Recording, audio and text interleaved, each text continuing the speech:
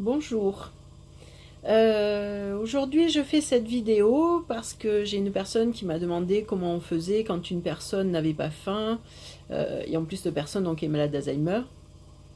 Alors ce qu'il faut savoir déjà, c'est que à partir de 60 ans, il y a le mécanisme d'alerte de l'appétit qui déjà va se modifier. Donc en fait vous allez avoir la sensation de faim qui va arriver plus tard. Donc c'est pour ça que quand les repas sont trop rapprochés, ben, ils n'ont pas faim. Et en plus, il va y avoir le signal pour dire je suis rassasié qui va arriver plus tôt. Donc ben, ça donne une petite fenêtre pour manger qui n'est pas énorme. De plus, ils perdent le goût. Donc ils vont avoir tendance à trouver des aliments fades qui sont pas bons. Donc en général, on va conseiller à ce moment-là de saler un peu plus en faisant attention parce qu'en effet avec les problèmes de cœur, pas trop salé non plus, et sucré un peu plus.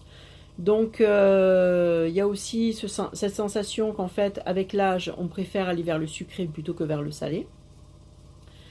Et malgré tout, les personnes âgées ont besoin d'avoir autant de calories qu'une personne adulte en activité, parce que le fait qu'elles doivent se battre contre une maladie, alors que ça soit une maladie qui est là pour tout le temps, par exemple maladie d'Alzheimer, ou alors une maladie ponctuelle, elle va devoir utiliser plus d'énergie pour combattre la maladie.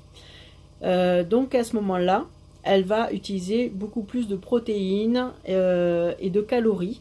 Donc en fait, c'est une fausse idée de se dire qu'à partir de 60-70 ans ou même 80 ans, quand on ne bouge pas, on a besoin de moins de manger. C'est faux. Voilà, puisqu'ils ont, en général, il faut savoir qu'une personne a environ 7 pathologies. Donc ça fait du boulot, et donc pour ça, il faut de l'énergie. Donc évidemment, une personne qui n'a déjà pas faim, qui a une maladie, donc par exemple la maladie d'Alzheimer, quand une personne a tendance à déambuler, ça veut dire qu'elle est angoissée, donc obligatoirement quand on est angoissé, normalement on a moins faim, ou alors on est glouton. Voilà, il y a deux possibilités. Donc souvent ils disent qu'ils sont écœurés par la nourriture. Donc dans ces cas-là, on va pas pouvoir rajouter des quantités. On a tendance, voilà, à dire, eh ben, tiens, il faut manger un peu plus, alors que déjà ils n'arrivent pas à finir leur repas. Donc à ce moment-là, on va plutôt enrichir ce qu'ils ont. Alors on va enrichir par exemple la soupe. Ils adorent la soupe, seulement c'est que 99% d'eau. Donc ça apporte très peu de calories, pas de protéines si on peut dire. Donc à ce moment-là, on va plutôt enrichir, on va rajouter une vache qui rit, de la crème fraîche, du lait, on peut rajouter dans la purée de l'œuf, on peut rajouter de la poudre de lait. Voilà, s'ils aiment le café au lait, par exemple, le matin, on va plutôt mettre le café, au lieu de mettre du lait normal, on peut rajouter de la poudre de lait qui est beaucoup plus enrichie. Euh, voilà, on va essayer de trouver des aliments qui vont être caloriques et qui apportent aussi pas mal de protéines. Mais on ne va pas agrandir les assiettes. Voilà, donc ça je pense que vous l'avez compris. Quelqu'un qui par contre aura tendance donc à ne pas pouvoir bien finir ses assiettes, à ce moment-là on va fractionner, c'est-à-dire on va rajouter une collation à 10 heures, on va rajouter une collation à 16 heures. Donc souvent, moi on me dit oui mais bon, il n'est pas conseillé non plus de manger trop gras, tout ça. Pour eux, c'est pas très grave parce que en fait, ça leur permet de trouver du plaisir. Voilà, moi je dirais qu'à 10 heures et à 16 heures, moi je mets un petit gâteau. Alors évidemment, on va pas mettre une grosse part parce qu'autrement à midi, ils vont plus manger. Mais par contre, moi je rajoute toujours un petit biscuit, une madeleine, avec le café, le thé. En général, ça passe assez bien. Ils sont assez gourmands, ils aiment le sucré, donc c'est quelque chose qui va passer assez facilement. Ce que je peux faire aussi pour ceux qui arrivent à manger seuls, c'est que souvent quand je mets le plateau, s'ils commencent par le dessert, ben, je les laisse faire parce que justement ils préfèrent le sucré et en général ça leur ouvre un peu l'appétit et ça leur donne envie après de continuer. Donc des fois après je continue par le plat, voilà. Mais par contre je vais éviter de mettre la soupe en premier ou alors ça veut dire que la soupe je l'ai pas mal enrichie parce que c'est vrai que ça c'est quelque chose qui va leur combler le ventre, qui va faire gonfler le ventre, donc ça va donner une sensation d'être rassasié. Or en fait ils n'auront pris réellement que de l'eau. Donc voilà, donc là, moi en général, la soupe, je la mets en deuxième intention, après le plat. Voilà, et ça nous arrive, donc pour les personnes malades d'Alzheimer sévères, ça arrive de sucrer la purée par exemple. Et on a remarqué qu'en effet, ils avaient plaisir à manger la purée, alors qu'en fait, quand on leur donnait la purée comme ça, bien finalement, ils en voulaient pas trop. On rajoute aussi, souvent, on met de la crème fraîche dedans, ou de la vache qui rit, c'est beaucoup plus onctueux, et c'est moins sec, et ça leur donne plus envie de manger aussi.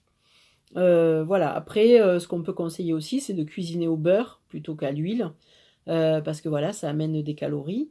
Euh, et à ce moment-là, si c'est le petit déjeuner, mais que vraiment là on voit que c'est là où ils mangent le plus, et bien c'est là où par exemple on va apporter plus d'aliments caloriques pour justement, mais s'ils mangent un petit peu moins après, c'est pas bien grave.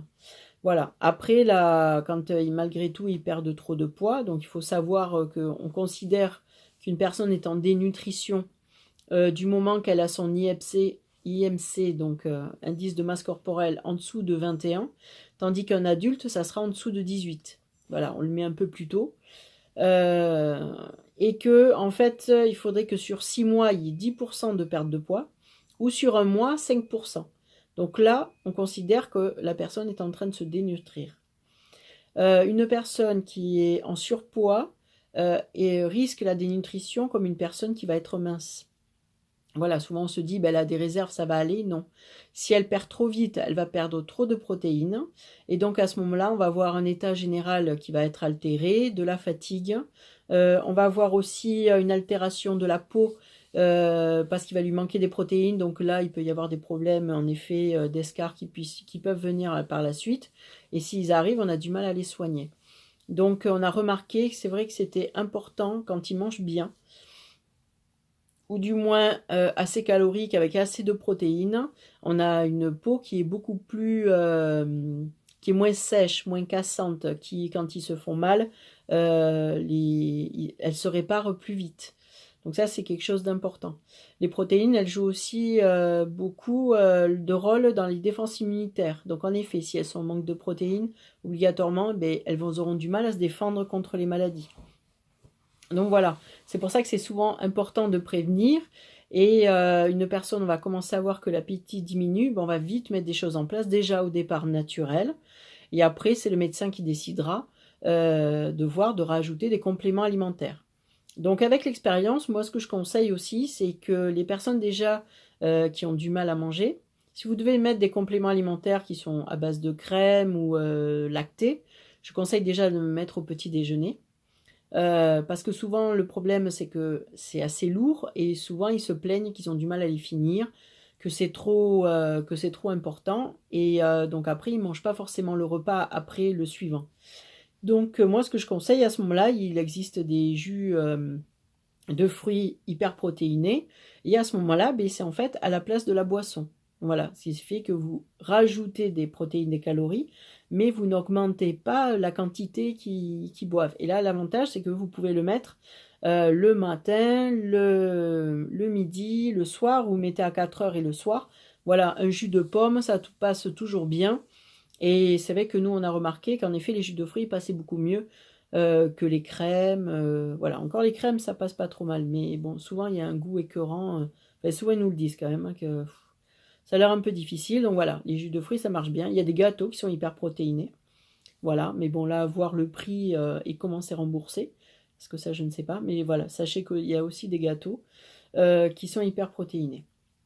Voilà ce que je vais pouvoir vous dire aujourd'hui. Donc après, voilà, je vais juste rajouter, mais en effet, pensez à fractionner.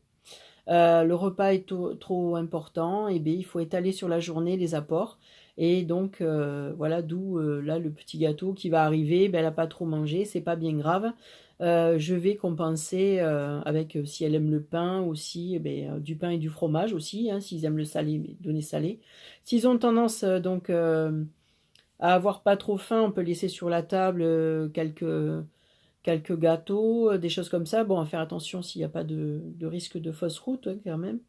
Et puis là, ne pas le faire avec quelqu'un qui serait glouton, parce que comme en fait il oublie qu'il a mangé, en fait il va se resservir tout le temps.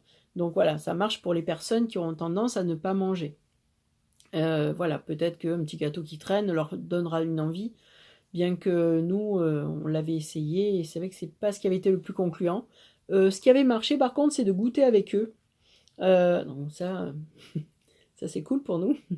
Voilà, c'est-à-dire, moi ça m'arrive quand ils n'ont pas envie de boire, choses comme ça, mais en fait je m'assois avec eux, je fais chin, et là il y a le côté convivial, et souvent ils boivent plus facilement.